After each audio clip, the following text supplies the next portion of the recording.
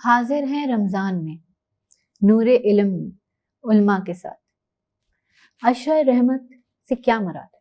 اعوذ باللہ من الشیطان الرجیم، بسم اللہ الرحمن الرحیم۔ یہ رمضان المبارک کا جو پہلا عشرہ ہے، پہلے تو یہ سمجھنا ہے کہ عشرہ کسے کہتے ہیں۔ عشرہ یعنی 10 دن۔ یہ 10 دن جو ہیں وہ اللہ کی رحمت کے ہیں۔ اللہ نے اس کو 3 حصوں میں ڈیوائیڈ کیا ہے رمضان۔ ایک عشرہ رحمت کا ہے جس سے ہم گزر رہے ہیں، دوسرا عشرہ جو ہے وہ مغفرت کا ہے، اور تیسرا عشرہ جہنم سے خلاصی کا ہے، جہنم سے آزادی کا ہے۔ تو پہلے عشرے میں اللہ نے رحمتیں بھیجی کہ ہم عبادتیں کر کے ان رحمتوں کو سمیٹ لیں۔ جب ہم ان کو سمو لیں گے اپنے قلب میں اور رحمتیں آ جائیں گی، اس کے بعد جو ہے جب رحمت ہوگی ہمارے ساتھ تو پھر مغفرت مانگنے میں ہمیں آسانی ہوگی۔ بے شک جب رحمتوں کو ہم نے حاصل کر لیا ان 10 دنوں میں، اس عشرے میں، وہ رحمتیں کیسے نازل کریں گے؟ وہ جیسے کہ ہم نے پہلے پروگرام میں مفتی صاحب نے بھی بڑی خوبصورت باتیں کی کہ پہلے عشرے میں ہم رحمتیں اس طریقے سے نازل کریں گے کہ اپنے افطار کے ساتھ غریب و غربا کا خیال رکھیں گے، مساکین کا خیال رکھیں گے، ہمسایوں کا خیال رکھیں گے، حقوق الہی کے ساتھ حقوق العباد کو ترجیح دیں گے، اس لیے کہ اسلام کی بنیاد کی فاؤنڈیشن 2 چیزوں پر ہے، حقوق اللہ، حقوق العباد۔ تو رمضان میں حقوق اللہ تو وہ کریم ہے معاف کر دے، مگر حقوق العباد معاف نہیں ہوں گے۔ تو جب ہم حقوق اللہ کے ساتھ حقوق العباد بھی کریں گے، اگر چائے ہے اس میں چینی نہیں ہے تو آپ کو تو ذائقہ نہیں ہوگا۔ ہم صرف نمازیں پڑھتے رہیں اور قرآن ہی پڑھتے رہیں اور ہمسایوں کا اور رشتہ داروں کا حق ادا نہیں کریں تو یہ آدھی رحمت ہوگی جیسے بغیر چینی کی چائے۔ تو پھر جب رحمت ہمارے پاس آ جائے گی تو پھر رحمت کے بعد ہمیں مغفرت مانگنے میں جو ہے وہ بڑی آسانی ہوگی۔ تو ابھی جو ہے جیسے ہی یہ رمضان کے دن شروع ہوئے ہیں تو رحمتیں برسنا شروع ہو گئی اللہ کی طرف سے۔ یہ ندا دے رہا ہے فرشتہ کہ ہے کوئی رحمت کا طلبگار، ہے کوئی ہم سے رحمت مانگنے والا۔ اور پھر جب دوسرا عشرہ آئے گا تو آواز آئے گی ہے کوئی مغفرت طلب کرنے والا۔ تو جس کو رحمت سمجھ میں آئے گی اسے مغفرت سمجھ میں آئے گی۔ سب کو رحمت سمجھ میں نہیں آتی، جس کو رحمت سمجھ میں آتی ہے وہ اپنے معبود کے آگے سر جھکا دیتا ہے۔ یقین مانے اس رحمت کے عشرے میں جو بہترین عمل ہے وہ اللہ کے نزدیک طویل سجدہ ہے۔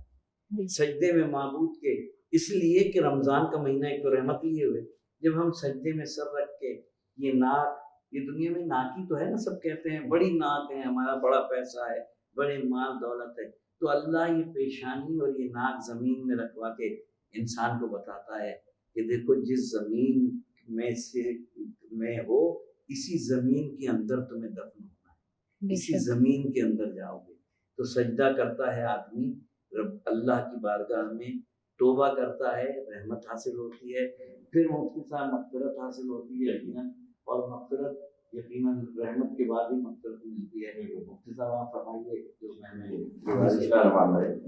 اللہ تعالیٰ نے اس مہینے کی بڑی برکات رکھی، اور اگر آپ دیکھیں کہ جیسے حضرت نے فرمایا کہ رحمت پہلا عشرہ رحمت ہے کہ ہم پہلے عشرے میں موجود ہیں اور آج دوسرا دن ہے، آپ کو معلوم ہے۔ اور تو عشرہ رحمت جیسے حضرت نے فرما دی کہ عشرہ کہتے ہیں 10 کو، اور رحمت تو آپ نے ابھی بتا دیا آپ کو رحمت کیا ہے۔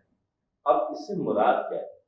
ذرا غور کیجیے گا، پورے سال غور سے ہم دیکھتے ہیں کہ کبھی ایسا ہوتا نہیں ہے عام طور پہ کہ ہم دسترخوان پر بیٹھے ہوں تو شاید ہمارے دسترخوان میں وہ انواع اقسام کے پھل جو رمضان کی افطار میں ہوتے ہیں وہ عام طور پر ہمارے دسترخوان میں عام دنوں میں نہیں ہوتے۔ تو یہ بڑی رحمت نہیں ہے کہ جب ویسے ہی رمضان آتے ہیں کہ وہ انواع اقسام کے پھل جو پورے سال ہم نہیں کھاتے تو وہ رحمت کے طور پر اللہ تعالیٰ ہمیں پہلے نہیں کھا رہا ہوتا، تو یہ رحمت ہے۔ اسی طریقے سے اگر ہم دیکھیں کہ جب سحری کا آغاز کرتے ہیں تو یہ کتنی بڑی رحمت ہے کہ جو لوگ دیر سے اٹھنے کے عادی ہیں، جو کہ اپنے جسم کا ڈائجسٹو سسٹم کا خیال نہیں رکھتے، وہ تمام وہ صبح اٹھنے لگتے ہیں اور صبح سے بھی یعنی صبح صادق سے بھی پہلے اٹھنے لگتے ہیں، تو ان کی ایک ٹائم روٹین بن جاتی ہے. پھر اسی طرح یہ کیا رحمت نہیں ہے، اسی طریقے سے آپ دیکھتے ہیں کہ انسان کھانے پینے میں جو بے احتیاطی کرتا ہے اس کی وجہ سے اس کی جسامت میں، اس کی طبعی حالت میں جو فزیکل جو فیچرز ہیں اس میں تبدیلی جو آ جاتی ہے، موٹاپا آ جاتا ہے. تو کیا یہ رحمت نہیں ہے کہ رمضان کی رحمت آنے کی وجہ سے انسان کی فزیکلی باڈی اچھی ہو جاتی ہے؟ تو یہ عشرہ رحمت اس کی ابتدا ہی ایسے ہوتی ہے کہ انسان کی غذا، انسان کی طبعی حالت بہتری ہی نہیں آتی. مثال دیتا ہوں کہ اللہ تعالیٰ ان میں برکت دے دیتا ہے. برکت سے کیا مراد ہے کہ اگر کھانا 2 بندے کھاتے تھے وہی کھانا 4 بندے کھائیں گے. اگر کوئی شخص اگر ایک کھجور بھی کھاتا ہے تو اس کا پیٹ، اس کے جسم میں وہ طاقت آ جاتی ہے. یہی تو رحمت ہے. اور اصل رحمت کیا ہے؟ اللہ کی جس حضرت نے فرمایا کہ ہر رات اللہ تعالیٰ کئی ایسے گناہ گار بندے جو جہنم کے قریب ہو چکے ہوتے ہیں، اللہ تعالیٰ نے دوزخ سے نکال کے جنت میں ڈالتا ہوتا ہے. یہی تو رحمت ہے. تو اللہ تعالیٰ نے اس کو عشرہ رحمت قرار دیا اور 3 عشرہ ہیں. پہلا عشرہ رحمت، دوسرا مغفرت اور آخری دوزخ سے نکال. یہی جیسے کہ مفتی صاحب نے فرمایا کہ 3 عشرے، تو کتنا بدنصیب آدمی ہوگا دنیا میں کہ جو 3 عشروں سے فیضیاب ہوں. یعنی کتنی آسانی اللہ نے پیدا کر دی ہے. یعنی جب ہم سسٹم دیکھتے ہیں رمضان کا، جیسے کہ اوائل میں ہم نے گزارش کی تھی کہ ایمان والوں تم پر روزے فرض کیے گئے ہیں جس طریقے سے پچھلی امتوں پر فرض کیے گئے تاکہ تم متقی بن جاؤ. تقویٰ کی ایک قسم یہ بھی ہے کہ انسان جب بھوک و پیاس برداشت کر کے پھر کھانے کی طرف ہاتھ بڑھاتا ہے، پھر بہت سے سورہ انا انزلنا پڑھتے ہیں، بہت سے افطار کی دعا پڑھتے ہیں. ٹھیک ہے نا. افضل یہ ہے کہ کھجور سے روزہ افطار کریں، افضل یہ ہے کہ نمک سے روزہ افطار کریں. اور دوسری چیز میں آپ کی توسط سے یہ بھی بتاؤں گا کہ رحمت کا عشرہ چل رہا ہے تو بہت سے لوگ کیا کرتے ہیں کہ افطار میں آؤ دیکھا نہ تاؤ دیکھا کھولا اور پیپسی منہ میں لگا لیا، 7 اپ منہ پہ لگا لیا. اس کے بہت بڑے نقصانات ہیں. ہمیشہ سحری میں بھی اعتدال ہونا چاہیے اور افطار میں بھی اعتدال ہونا چاہیے. اتنا آدمی کھائے کہ دیکھیں افطار کے بعد عبادت کرنی ہوتی ہے، تراویح پڑھنی ہوتی ہے، درس قرآن کی محافلیں ہوتی ہیں، وہاں جانا ہوتا ہے. تو رمضان یہ نہیں کہتا کہ اگر آپ نے سحری کے بعد یہ برداشت کیا ہے تو اپنے کھانے کو اتنا طول دے دیں کہ آپ کا ڈائجسٹو سسٹم ڈسٹرب ہو جائے. یعنی رمضان ایک طرف تو بھوک و پیاس کی وہ تربیت دیتا ہے، دوسری طرف سائنٹیفک تربیت یہ ہے کہ معدے کو آرام ملتا ہے. تیسری چیز یہ کہ اعتدال جو ہے نا وہ کرتا ہے. تو سائنس یہ کہتی ہے کہ رمضان میں بہت سے لوگوں کا کولیسٹرول کم ہوتا ہے، بہت سے لوگوں کا ویٹ جو گین کر لیتے ہیں وہ ویٹ کم ہو جاتا ہے، بہت سے لوگوں کو جو بہت ساری جسم میں بیماریاں ہوتی ہیں جو زیادہ کھانے کی وجہ سے ہوتی ہیں، جب معدے کو آرام ملتا ہے تو بہت سی بیماریاں انسان کی، فاسد مادے انسان کے جسم سے نکل جاتے ہیں اور ہمیں پتہ ہی نہیں چلتا کہ اللہ نے اس رمضان میں کون کون سی برکت اور کون کون سی رحمت ہمارے لیے رکھی ہے. سائنٹیفک طریقے سے بھی، دنیاوی طریقے سے بھی، دینی طریقے سے بھی. تو رحمت کا عشرہ یوں ہے کہ رحمت اسے ملے گی جس کے جو اس دروازے پہ ہوگا جس کے لیے کہا گیا کہ وما ارسلناک الا رحمت للعالمین. رحمت للمسلمین نہیں، مسلمین کے لیے میرا آقا رحمت بن کے نہیں آیا، کائنات کے لیے میرا آقا رحمت بن کے آیا. تو جو اس کی رحمت کو حاصل کرے گا، ہم دعا مانگتے ہیں نا، وہ دعا اللہ کی بارگاہ میں قابل قبول ہی نہیں ہوتی رمضان میں جس میں میرے سرکار کا وسیلہ نہ ہو. بے شک وسیلے کے بغیر دعا لٹکتی رہتی ہے. آقا کریم کے وسیلے سے دعا جب ہم مانگتے ہیں تو وہ دعا ڈائریکٹ اللہ تک پہنچتی ہے، اس لیے کہ وہ خود رحمت اور عشرہ بھی رحمت کا. تو مالک رحمت کا وسیلہ دے کر ہم اللہ کی بارگاہ میں رحمت مانگیں گے تو ہمیں رحمت بھی ملے گی، روزے کے فیوض اور برکات کو بھی مفتی صاحب حاصل کریں گے. کیا خیال ہے آپ اس کو یہ دیکھیں نا، رحمت کیا رہتا ہے؟ یہ جو رحمت ہے نا، جو رحم کا مادہ ہے، یہ رحمت اشرا بتا رہا ہے کہ تمہیں صرف رحمت کا مادہ یا رحم کا مادہ اپنے اندر نہیں رکھنا ہے، بلکہ کیوں فرمایا ہے کہ جب تم میں اللہ نے طاقت دی ہے تو تم افطار کراؤ، بھوکوں کو کھانا کھلاؤ، اس لیے کہ آج کا جو دور ہے نا بہن، وہ ایسا دور ہے کہ حالات بڑے خراب ہیں. بہت خراب. قبلہ میں آپ کو سچا واقعہ بیان کرتا ہوں. آج حالات اتنے خراب ہیں بہن، اگر آپ دیکھیں تو میرے سامنے ایک مزدور کا ایک بڑا اہم واقعہ گزرا. ایک مزدور کے 3 بچے تھے، 2 بیٹے اور ایک بیٹی چھوٹی. وہ بیچارہ دن رات مزدوری کرتا اور کماتا، لیکن آخر بیچارے کا انتقال ہو گیا اچانک. جب انتقال ہوا نا قبلہ، تو پڑوسی بھی آئے، گھر والے بھی آئے، اور گھر والوں نے آ کر، یعنی گھر والوں سے مراد کہ رشتے دار جو ہے وہ آئے اور پڑوسی ہیں، انہوں نے کھانا دیا. ہوتا عموماً طور پر 3 دن کھانا دے دیتے ہیں، رشتے دار جو ہے وہ 3 دن کھانا دے دیا. ایک ہفتے پڑوسی نے خیال رکھ لیا. اب یقین مانے 1 ہفتہ گزرا، یہ گزرنا تھا، پڑوسی بھی دور ہونے لگے، جو رشتے دار تھے وہ بھی دور ہونے لگے. جب مہینہ پورا ہونے لگا تو فاقے ہونے لگے. اب جب فاقے ہونے لگے تو بچے بیمار ہونے لگے. جب بڑا بیٹا بیمار ہوا نا، جو چھوٹی بہن تھی وہ ہنس رہی، تو ماں رونے لگی کہ بیٹا تمہارا بھائی بیمار ہے، تم ہنس کیوں رہی ہے؟ اور میں امی مجھے تو آپ یہ بتائیں بھائی کب مریں گے؟ کیا جملہ کہا؟ آپ مجھے یہ بتائیں کہ بھائی کب مریں گے؟ ماں کی آنکھوں میں آنسو. ماں نے کہا بیٹا یہ بات تم نے کیوں کہی؟ اور میں امی بات اتنی سی ہے، جب ابو مرے تھے نا تو ہمارے رشتے داروں نے ہمیں کھانا دیا. اب ہمارے بھائی مرے گا تو شاید کھانا دیا. یہ حالات ہیں اس وقت کہ لوگ کھانے کے لیے ترس رہے ہیں. گلیوں میں آپ دیکھیں جب آپ گاڑی کھڑی ہو جائے تو رش لگ جاتا ہے مانگنے والے. کیوں؟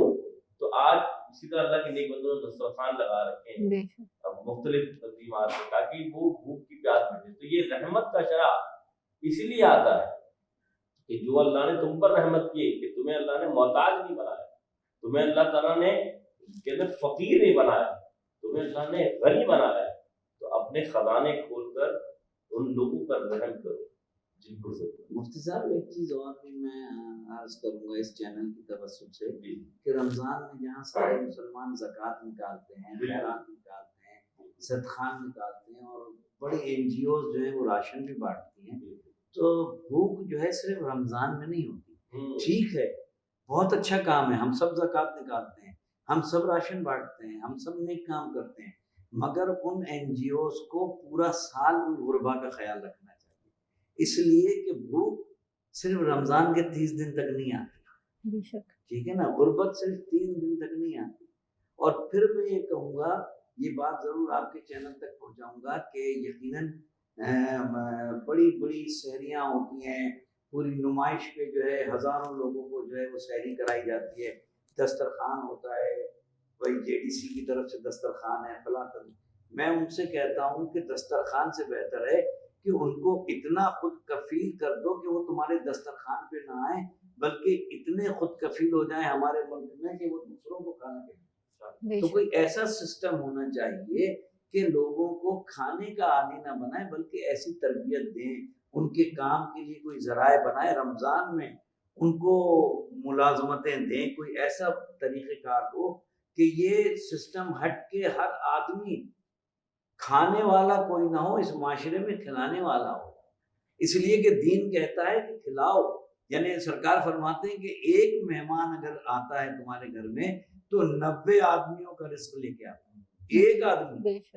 اور ہم کیا کہتے ہیں، ہمارے کراچی میں ایک بڑی رسم ہے کہ کھانے کے وقت کوئی آپ کے مہمان آئے گا نا، آپ اس سے پوچھیں گے چائے پئیں گے؟ وہ بھی پلائیں گے نہیں، پیئیں گے، یعنی ایک کوشچن مارک سوال ہے. اور وہ 90 آدمیوں کا رزق لے کے آیا ہے، اور ہماری بدنصیبی یہ ہے کہ ہم اس سے پوچھ رہے ہیں کہ چائے پیو. تو دین کہتا ہے کہ مومن بھائی کو، مسلمان بھائی کو کھلاؤ، تو رحمتوں میں کھلاؤ. جب رحمت میں کھلاؤ گے تو کتنی برکت ہوگی. لیکن مہمان کی سراپا رحمت. بالکل. یہ یاد رکھیے گا، مہمان اللہ تعالیٰ کی ان نعمتوں میں سے ایک نعمت ہے کہ وہ صرف اپنے لیے رزق نہیں لاتا، بلکہ جس کے گھر جا رہا ہوتا ہے نا، اللہ تعالیٰ اس کے رزق میں بھی اضافہ فرما رہا ہوتا ہے. تو اللہ تعالیٰ کی رحمت، یہ جو اشر رحمت ہے، اس میں خوب مہمان نوازی کے لیے اس میں خوب اللہ تعالیٰ کی رحمت ہے. کوئی سوال آپ؟ جی ایک سوال اسی طرح سے جو ہے ہمارے ایک ہیں انہوں نے دیا ہے کہ یہ جو عشرہ رحمت ہے اس کو ہم کس طرح سے جو ہے وہ گزار سکتے ہیں, کیا ایسے کام کریں جو کہ ہمیں رحمت ہو, ہمارے گھروں میں رحمت ہو. لیکن بہت سارا سوال ہے. حضور اکرم صلی اللہ علیہ وسلم نے فرمایا خیر الناس من ينفع الناس اور خاص تم میں سے بہتر انسان وہ ہے جو دوسروں کے لیے نفع بخش. تو بات یہ ہے کہ آپ عشرہ رحمت کو ایسے گزاریں جیسے گزارنے کا کیا ہے کہ آپ دوسروں کے لیے نفع بخش دیں. مثال کے طور پہ کوئی اگر بھائی پریشان آ جائے اس کی مدد کر دیں. کوئی کسی کو ضرورت ہے کسی چیز کی وجہ سے, کسی کو اگر آپ کو اللہ نے مال دیا ہے, کسی کو مال کی ضرورت ہے, کسی کو رزق کی ضرورت ہے, جیسے ابھی نے فرمایا کہ دینے والے بنو نا. تو یہ اگر آپ اپنے اندر صفت ڈال دیں تو اس رحمت لوٹنے والا عشرہ ہے کہ جتنا آپ لوگوں کی خدمت کریں گے, مخلوق کی خدمت کریں گے. اس کی مثال ایسی ہے, آپ ذرا غور کیجیے گا کہ بنی اسرائیل میں ایک شخص تھا بہت گناہ گار تھا. اس کا حال یہ تھا کہ دن رات کو گناہ کرتا. جب مرا نا تو محلے والوں نے اس کو نحوست سمجھتی ہیں آپ کہ گناہ خطا کی وجہ سے اتنا گناہ گار ہے اسے کوڑے دان میں ڈال. تو نبی جو تھے اس زمانے کے جنہیں کہتے بنی اسرائیل کے وہ تھے حضرت موسیٰ علیہ السلام. اللہ نے موسیٰ علیہ السلام کو وہی بھیجی, موسیٰ فلاں علاقے میں میرا پیارا ہے جو دنیا سے اب ظاہر سی بات انتقال کر گیا, اس کی تدفین عزت و تقریب کے ساتھ. اب موسیٰ علیہ السلام جب جاتے ہیں تو امتوں سے پوچھتے ہیں کہ بھائی وہ فلاں فلاں بندہ بولا ہے نبی اللہ آپ کیا بات کر رہے ہیں, فلاں فلاں بڑا گناہ گار ہے, بڑا برا بندہ تھا, ہم نے تو کوڑے دان میں ڈال دیے. میں اللہ کا مقرب ہے. اب امت یہ کہہ رہی ہے, رب یہ کہہ رہا ہے, تو رب کی مان لی. تو کوڑے دان سے اٹھایا, صفائی غسل کیا, اچھے طریقے سے تدفین کر دی, پھر اللہ کے پاس پہنچے کیونکہ اللہ سے کلام کرتے تھے.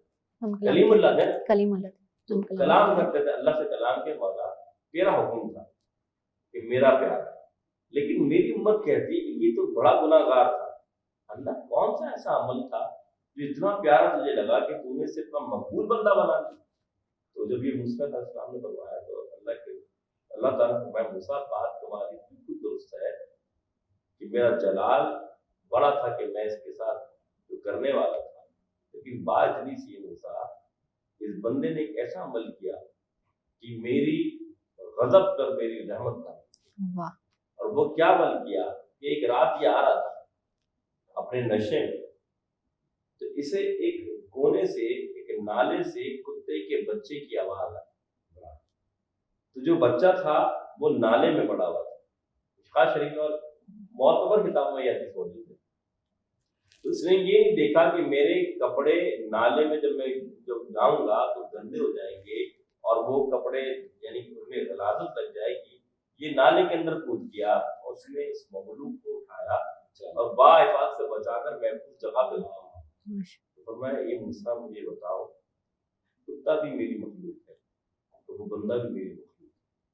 وہ مخلوق ہو کر میری مخلوق کی حفاظت کرے, میری مخلوق پر رحم کرے, تو کیا میں خالق کو اس پر رحم نہیں کروں؟ معلوم کیا چلا کہ اللہ تعالیٰ نے ہمیں یہ نعمت دی ہے کہ اللہ تعالیٰ نے یہ مقام دیا ہے کہ آج مخلوق پر رحم کریں. جب آپ مخلوق پر رحم کریں گے اللہ آپ پر. اس میں بس آخری بات یہ ہے کہ بڑا مفتی صاحب نے بڑی خوبصورت بات کہی, مگر میں یہ کہتا ہوں کہ ٹھیک ہے مہنگائی کا دور ہے اور لوگ کہتے ہیں کہ ہمیں اپنا پورا نہیں ہوتا, مگر ایک آسان سا عمل میں بتاتا ہوں کہ جب آپ کے گھر افطاری بنتی ہے تو ایک آدمی کا کھانا اگر کسی غریب کو دیتے ہیں اور یہ 30 دن تک عمل کرتے رہیں تو کتنی نیکیاں ہم سمیٹ لیں گے, رحمت کے عشرے میں بھی, مغفرت کے عشرے میں بھی, اور جہنم سے نجات کے عشرے میں. ایک آدمی کا کھانا نکالنا تو اتنا مشکل کام نہیں کہ جو گھر میں پکا ہو جو آپ کھا رہے ہیں وہ ایک غریب آدمی کو کھلا دیں.